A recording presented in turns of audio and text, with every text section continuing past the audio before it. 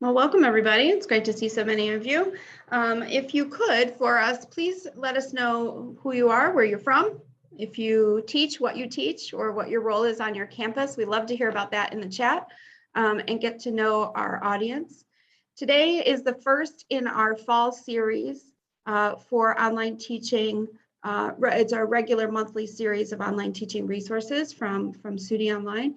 And we've been doing a little bit of work. You've probably heard of OSCQR before, but we're also expanding this a little bit to include regular and substantive interaction. And so I've asked Rob to come today, Rob Pierkowski, Assistant Director of Online Teaching here at SUNY Online. And Rob is going to share about the work that's being done here and give us a little tour. So Rob, I'll turn it over to you. Thanks so much. Thanks, Erin. Hi, everybody, and welcome to our webinar series. If it's the first time joining, I hope you like it, and I hope you come for more. I'm Rob Pierkowski, as the slide says, Assistant Director of Online Teaching, been an instructional designer for a long time. And I have a half an hour to introduce you to our efforts in integrating OSCQR and RSI, regular and substantive interaction. So what I'd like to show you here, first of all, I imported everything into Google Slides. So if it's your first time seeing a Google slide presentation, I hope you like it and might recommend it to faculty or use it yourself. The auto captioning can be real helpful and very revealing to the presenter and the participants. So in any case, I'm here to talk about OSCQR and RSI, and I just want to make sure everyone is familiar with OSCQR. I see a lot of new names in the participant list. So welcome again to the world of SUNY Online if you're not familiar. But in case you don't know what OSCQR is, it is our course review rubric that we have created for SUNY. It is free and open, and it has 50 standards on it that are used to review online courses. It's also used for new online course development, and has really gained a lot of traction across SUNY and across higher ed in general. So this slide just gives a brief overview of what OSCQR is in case anyone's unaware. So what is RSI? RSI stands for Regular and Substantive Interaction. It is now a mandate from Middle States, our accrediting body, for programs to show evidence of regular and substantive interactions in the instructional design of their online programs. So when a program goes under review, RSI is now a component of that review. So I'll take a little time to break it down with you. Regular and substantive interaction is defined by Middle States as being interaction directly with the instructor, and needs to be initiated by the instructor, scheduled and predictable, and must be academic in nature. So again, with OSCQR as a course review rubric, what we have done is we have used some of the terminology around regular and substantive interaction, as well as looked at our standards, investigated our standards for online course quality, and we have made sure that regular and substantive interaction, these 4 points and a few more, are present in our course review rubric. So that's what I'm going to show you in the next 25 minutes or so. So again, must have these 4 components. These are the qualities of regular and substantive interaction that are looked for.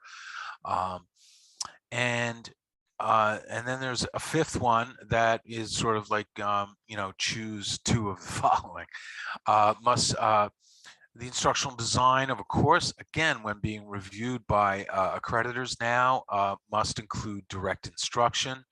There must be some evidence of assessment and feedback with students. And I don't need to read all of these to you, but in essence, our accreditors are looking for a distinction between online courses and correspondence courses. Empire State College created this graphic, which we find very helpful in terms of just visualizing a course without RSI. Over on the left would be a correspondence course. All the way over to the right, with regular and substantive interaction, would be considered what we call a fully online course. Again, it has those components of direct interaction between the instructor and the students. So RSI really is being looked at as the component that distinguishes online course programs from correspondence programs. And you'll see this graphic a little bit later too, because we've sort of co-opted it to use in our resources to identify elements of OSCQR, some of the standards that directly address regular and substantive interaction. So, just in case, some might think that, okay, so this is like another trend type thing. It's not. It's a very real thing. And so what is at stake is eligibility to participate in Title IV programs. So as you can read from this slide, accrediting bodies will be looking at RSI very carefully, and there's actually quite a bit at stake. Those of you who want to research it, you'll see that there have been some actions taken on campuses that did not meet the standards of RSI for some of their programs. There were consequences and lawsuits and those kinds of things. I'm not going to get into that today, but just be aware that this is a real mandate that accrediting bodies will follow through on. Okay. So, here's some verbiage on this slide from WCET. Those of you who are not, familiar with WCET, it's one of the best resources for accessibility and for high quality web content in higher ed. So as we can see, they define a distance education course as one in which instruction is delivered, and supports regular and substantive interaction. Again, it's we know from our research, and we're quite confident here at SUNY Online in our 20 years of training faculty in best practices. Regular and substantive interaction, though we never use that particular phrase, has been a cornerstone of our professional development, and one of our main effective best practices that we have been promoting for the past 20 years. So we're quite confident in our training.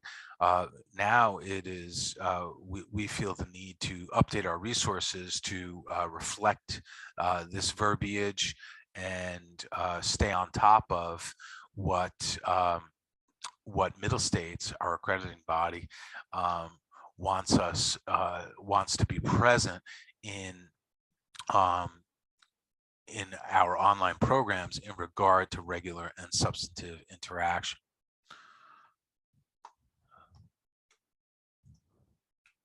Are there any questions? Feel free to unmute and throw out a question. Erin, I assume you're looking at the chat. I am. I don't see any questions yet, Okay. but I have disabled the mics until the end. Okay, great. But yes, Okay. absolutely use the chat if you have questions. Okay. We'll field those to Rob. Beautiful. So, again, here in the actual wording, regular interaction is predictable and scheduled. Okay, so that is quite visible in the online course design. Again, as most of you are aware, a course review is not done while students are in the online course. So usually, the process for reviewing a course really means looking at a course that is designed and ready for students to come in, but we don't review courses that are actually active and or have students in them. So really what we want to see, and what Oscar is great at doing, is helping us provide a lens through which we can determine effective instructional design. So something like predictable and scheduled, we can see, some very clear indicators of whether, predictable and scheduled is part of an online course design.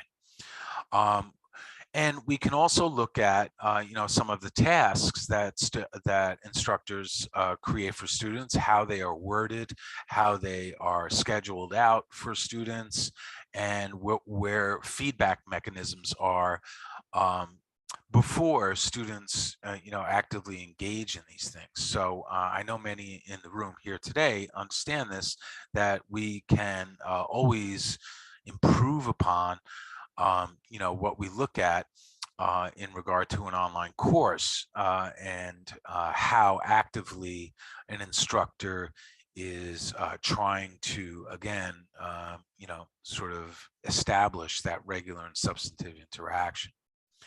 So we look for these kinds of things. Again, through the instructional design, is the instructor proactively engaging the students? So we had a work group that we created inside of SUNY, led by SUNY Online, to review any standards, any of the 50 standards in the OSCQR rubric, and see if any changes would help in this effort to make sure that OSCQR addresses RSI.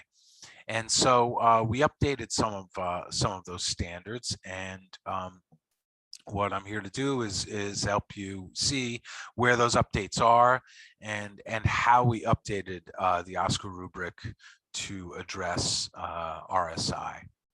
So specifically, here's what we did update these standards. This is reiterated in our companion website, oscqr.suny.edu, which I will show you in a few seconds. What we did was identified the standards that directly address RSI, and then looked at standards that could support RSI.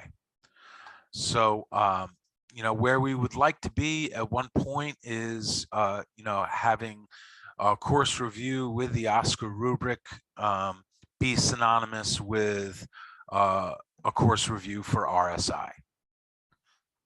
We think that would be highly appropriate, and hope that, you know, if a campus is going to embark upon course reviews, it is a big effort, and so we would love that to be seen as an RSI review at the same time. So we revised the companion website, which I'm going to switch to in a second, and we added an RSI section on selected web pages. So this was our work group. As you can see, many from Empire State College, Finger Lakes, SUNY Canton, etc.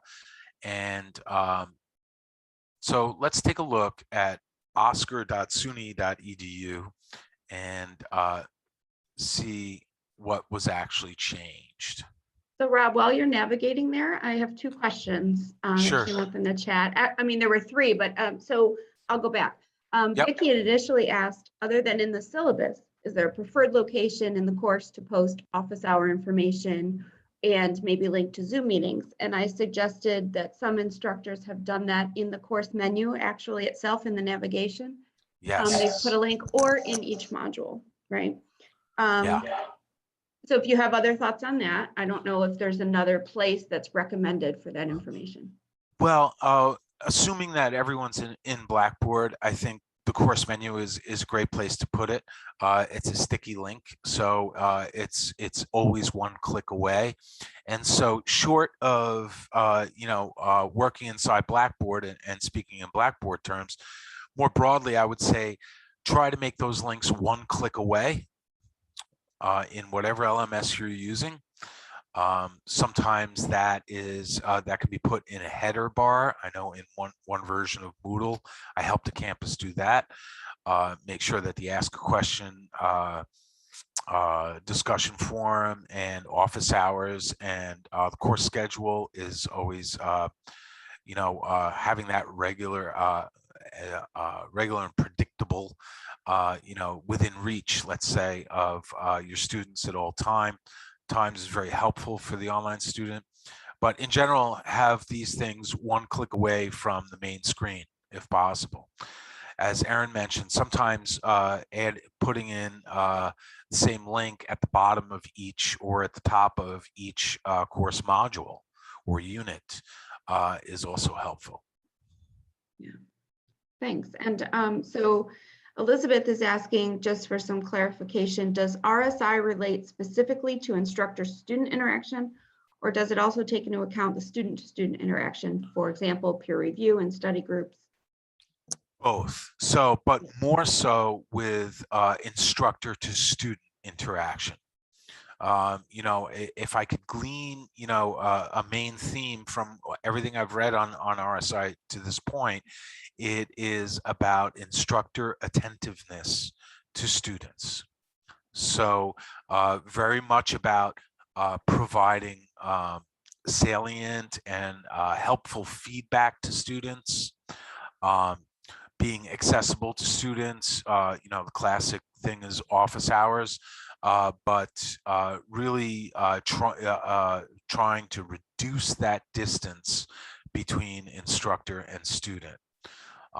So I'd say both, but more so the instructor. Yeah.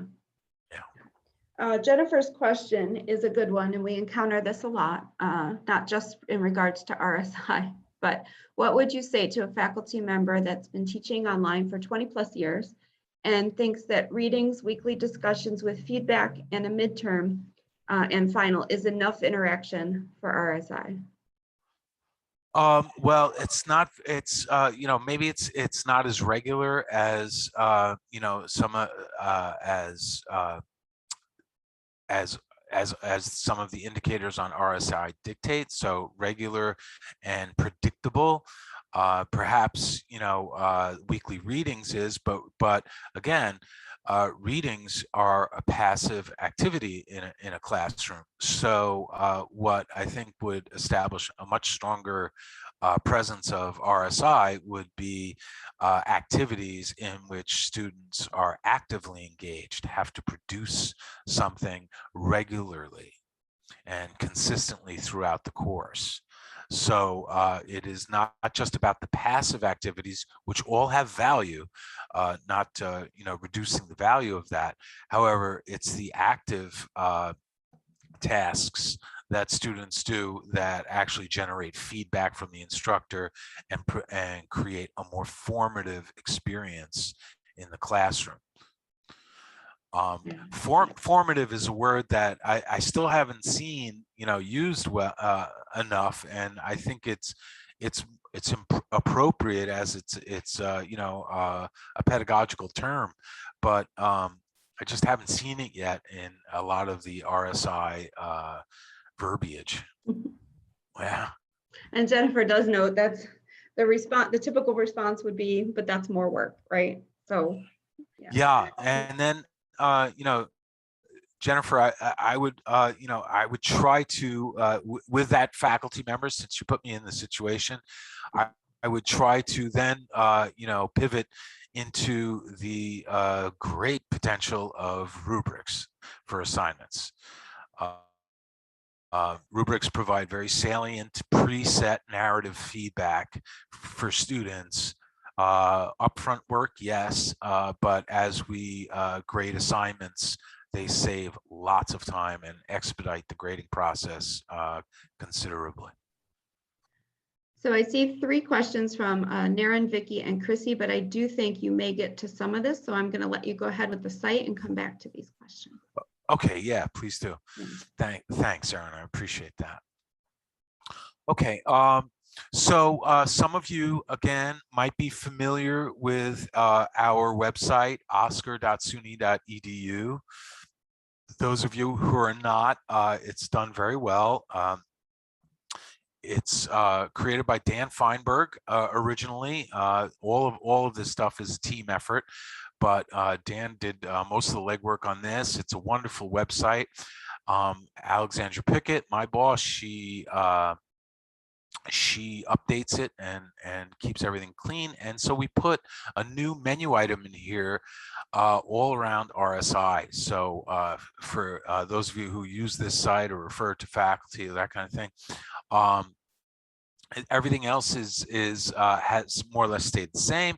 However, we've added this this RSI menu item. So and what it does is it breaks down all the standards that I mentioned before, ones that specifically address, and then those that can be leveraged to support and articulate RSI.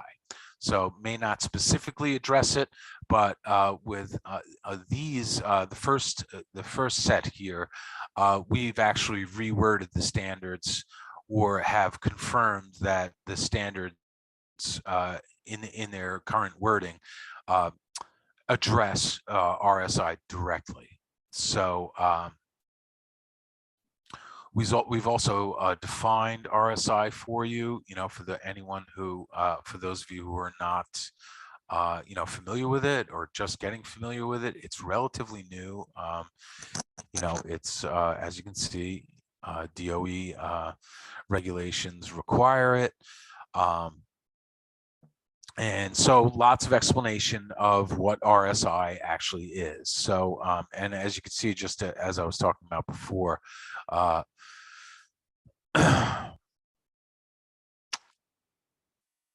sorry, I'm looking for the spot, about interaction with the instructor, but predictable and scheduled interaction can be with students, student-to-student interaction.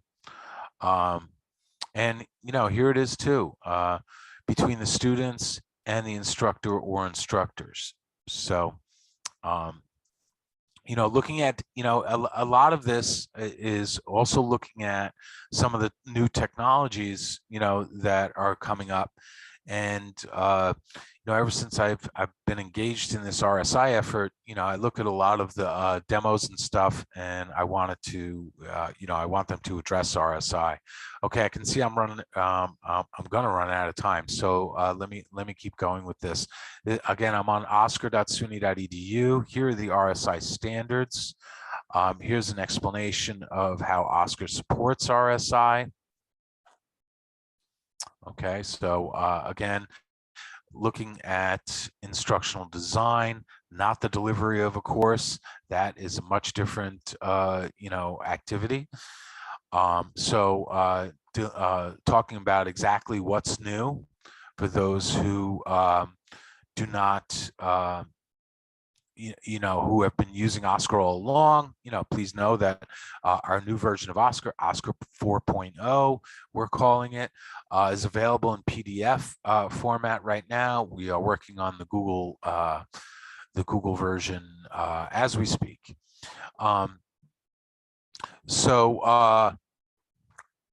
Here you can see on the Oscar website each respective standards, the RSA dashboard icon. So we've sort of picked up on this icon from ESC. Thank you so much, Empire State College, of course, with their permission. And we've included it on all the standards that directly address RSI. And then lots of references and resources in regard to regular and substantive interaction. So please feel free to visit oscar.suny.edu if you want to check out all this cool stuff on RSI. And of course, if it's your first time checking out Oscar, please do. And so I just want to make you aware of the fall webinar series here from SUNY Online Teaching. Lots of great stuff, and coming up, all of our community engagement resources on October 13th. Checklist for remote teaching might become, very, very important as we move through this stage of the pandemic. So, so please stay tuned for this webinar series. Erin does a great job of reaching out and getting, some real interesting people to come present. So I hope you will. So I'll put my thank you slide here, and we'll stop the presentation. And now I can take some questions. Yeah, I have a couple here for you. Cool. And again, if folks didn't see my post, if you do need to leave right at 12:30, we're going to continue the recording so I can capture the questions that are still outstanding. Okay. So Naren is asking, what are some examples of activities in an asynchronous online course that might qualify as interaction and regular interaction? So certainly office hours. Okay, we mentioned that before. That that is regular and predictable. Discussion forums. The two times that I've been able to actually speak with Middle States reviewers on this topic, I asked them very specifically about discussion forums. That does qualify as RSI if they're graded and they're moderated by the instructor.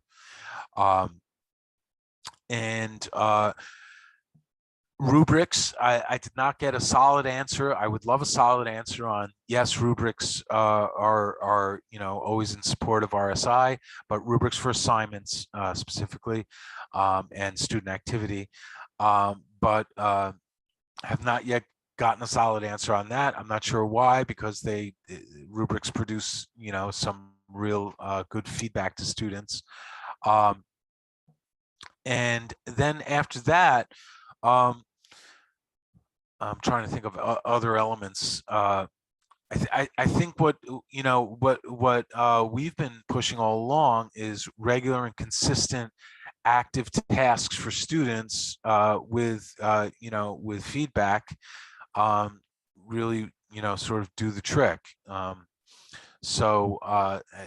Again, I would like a clear-cut list of elements, that need to be present in an online course. I think that would be wonderful to be evidence of RSI. So we're still waiting for some of those, very specific pieces, and would love to see them. And we did have the rubric question as well, whether or not that satisfies RSI. So I think you touched on that too. Yeah. I would also encourage folks, for examples, to take a look at the oscar.suny.edu site under RSI. We do pull out which standards address that. And so in doing that, there are some examples of actual activities or tangible things for your classes that can help meet those standards. Another question here from Vicki, because feedback when grading and internal messages might be part of an instructor's interaction, right? Feedback, grading, messages. How can that be reviewed in a course's master shell? So it's how it's communicated to students. That again, what is observed here is the instructional design. So if students can expect regular and predictable feedback, or let me say feedback at predictable intervals, I'm pretty sure that would satisfy the RSI requirement. And so is that built into the design? Is that explained to students, that there will be regular interactions with the instructor?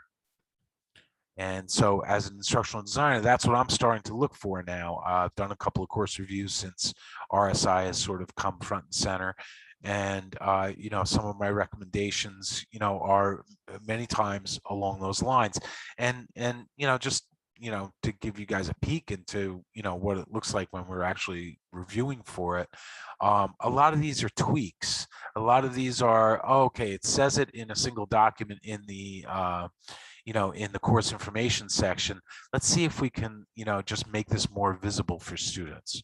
Again, it's that regular and predictable piece that we're trying to establish for instructor attentiveness and for students to be able to reach their instructor easily. Thanks, Rob. I think a couple of these might get back to some of what you were saying before, but Chrissy is asking, when the chart says instructor initiated discussions, are they talking about the instructor prompt, like students do the discussions, or are they talking about the instructor actively participating in the discussion? Yeah, so here, I believe they're talking about the instructor prompt. Okay, not, I would think it would be, a real stretch for anyone to mandate that instructors, have to engage directly in discussion forums, so that's how I interpret it. Instructors have lots of different ways of engaging with students in discussion forums, and as we've talked about in terms of best practices, committing yourself to responding to each and every student in a discussion forum really doesn't help anybody. So that's sort of an impractical, solution.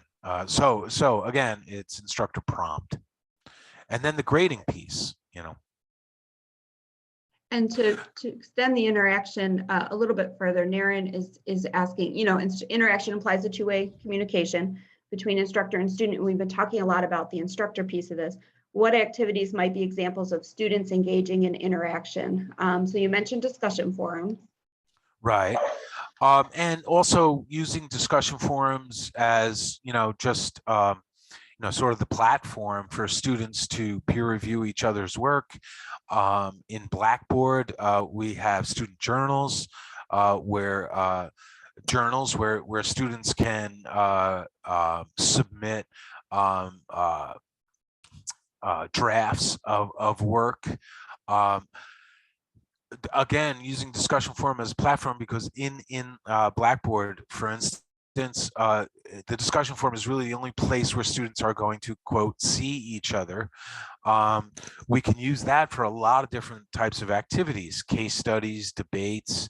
You can set up groups so that students can break into small groups and work there. What's beautiful about the discussion forums is that does not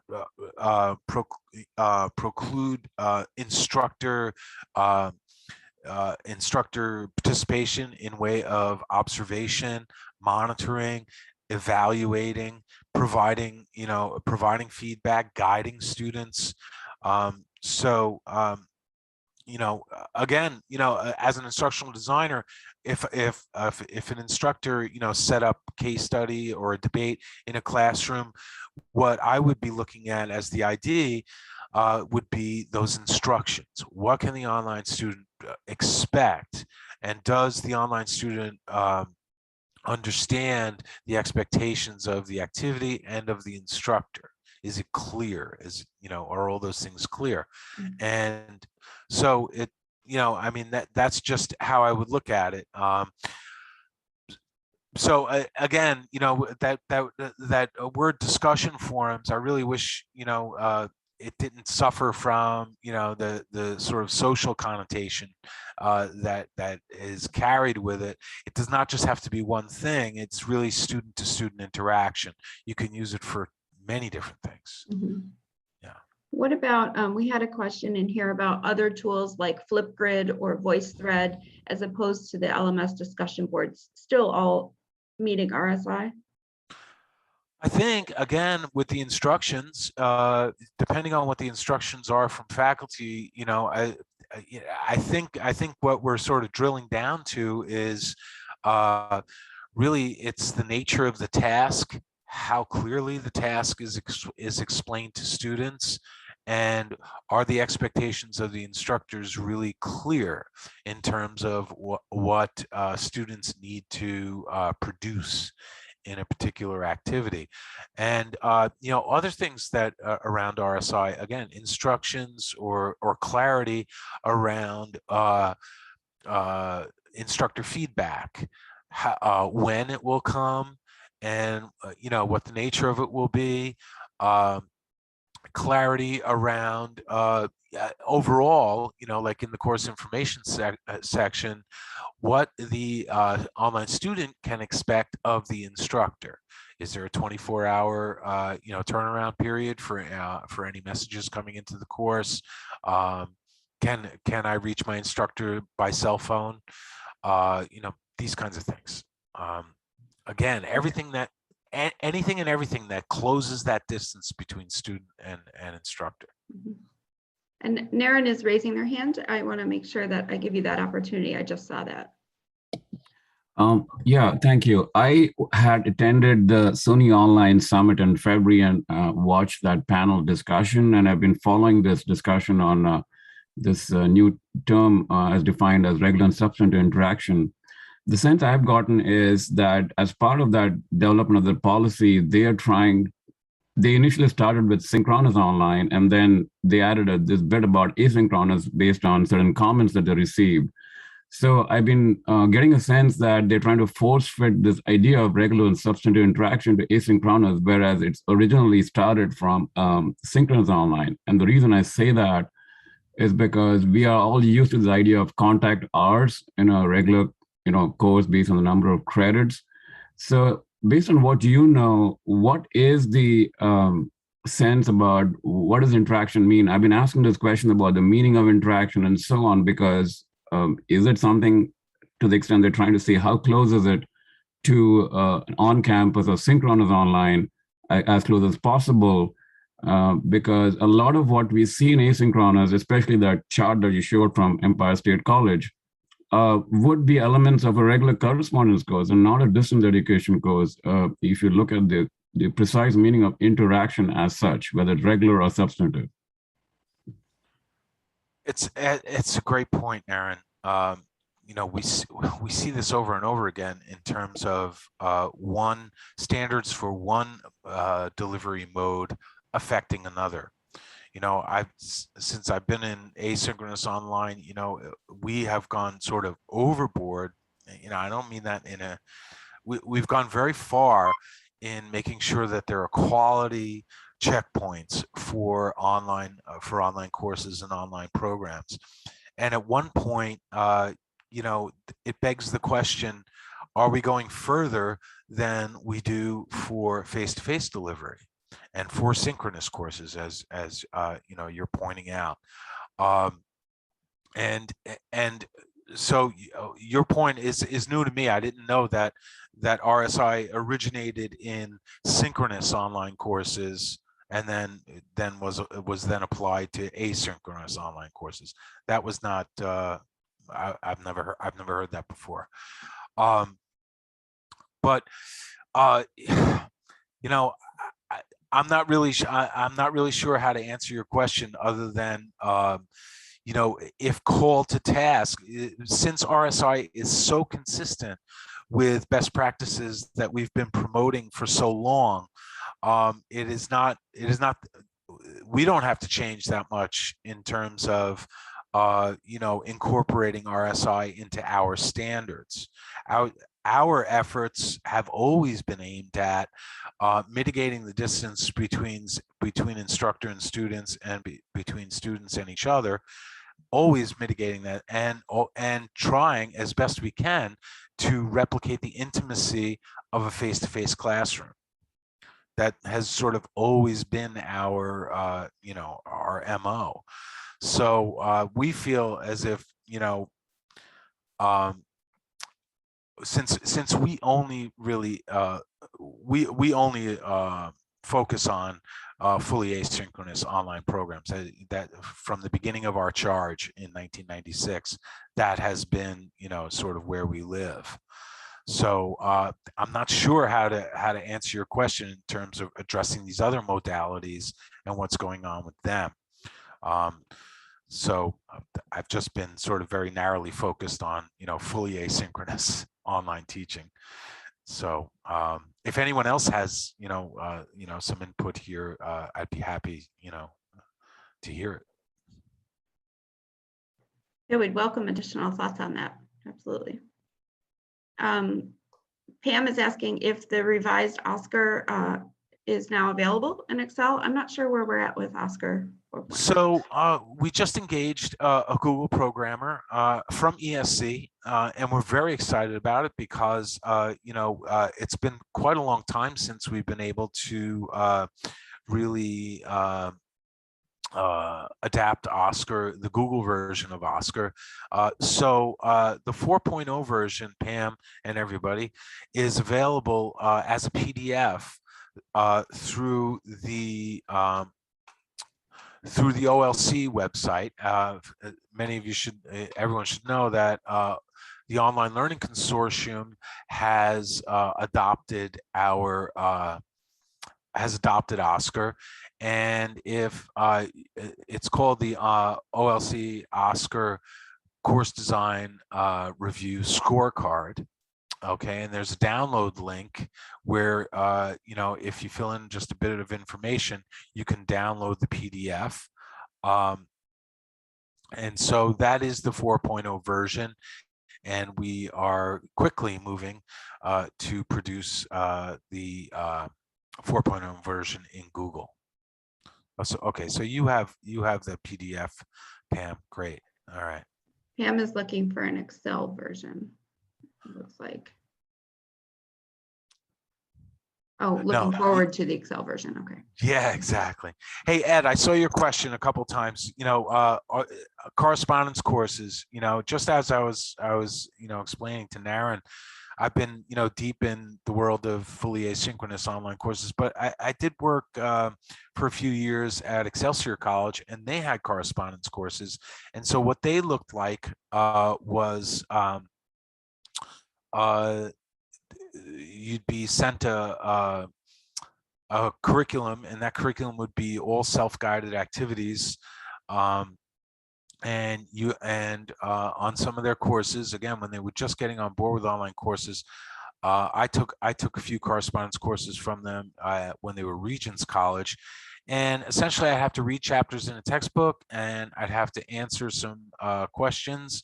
My thing was education courses, so that's really all I know. And then I was, you know, sent a letter saying that I got the credit. So that's my, you know, very sort of narrow experience with correspondence courses, but essentially it's self-guided learning, and then you know, either taking a test. For one of them, I had to show up and take a test, but for 2 others, I had to just write papers. So if I can go ahead, I mean, so that's very helpful because it does sound like a typical asynchronous course that we launch is substantially different and has a substantially greater interactive component to it than what you just described. So Okay. that's good to know, because I was thinking, are we just putting a different name on something? But no, there is a significant difference from what you just described in the way even a fairly basic asynchronous online course done in the SUNY style, the way it would proceed. So thank you. Yeah, okay. I can't make that the official company line here, Ed. Again, I'm just sharing some, personal experience I had with correspondence courses, a while back. Okay. Yeah. So Rob, other than just folks asking about the most current version, I don't see other questions. We will make sure that the most current PDF is available, and we'll link that with the resources that we're going to put on the recording site. So I posted that in the chat where you can access the recording after it renders. So we'll get those things up as soon as we can. And I think based on the time, I need to close us out, but we really appreciate the discussion. We always love engaging with our community and hearing your feedback. So much appreciated to you. And thank you, Rob, for sharing all of that with us to give us. Thank you, everybody. Thanks, Erin.